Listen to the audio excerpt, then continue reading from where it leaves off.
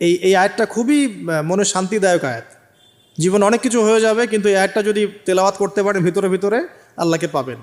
ইন্নী যাহিবুন ইলা রব্বি সাইয়াহদিন, আমি ছুটলাম, আমি চললাম আমার রবের দিকে, তিনি আমাকে পথ দেখাবেন। রব্বি হাবলি মিনাস সালিহিন, আল্লাহ আমাকে সুসন্তান দান করুন, সালেহীন সন্তান দান করুন। ফাবাশশারনাহু বিগুলামিন হালিম, আল্লাহ বলছেন আমি তাকে সহনশীল সন্তান দান করলাম, সহনশীল সন্তান দান করলাম। এবার ফালাম্মা বালাগা মাআহু সা'য়া, এবার যখন বাচ্চাটা বাবার সাথে দৌড়াদৌড়ি করা শিখলো, মানে এই যে 10, 12, 14 বছর বয়স, এই সময় বাচ্চাগুলো আরও বেশি আকর্ষণীয় হয়।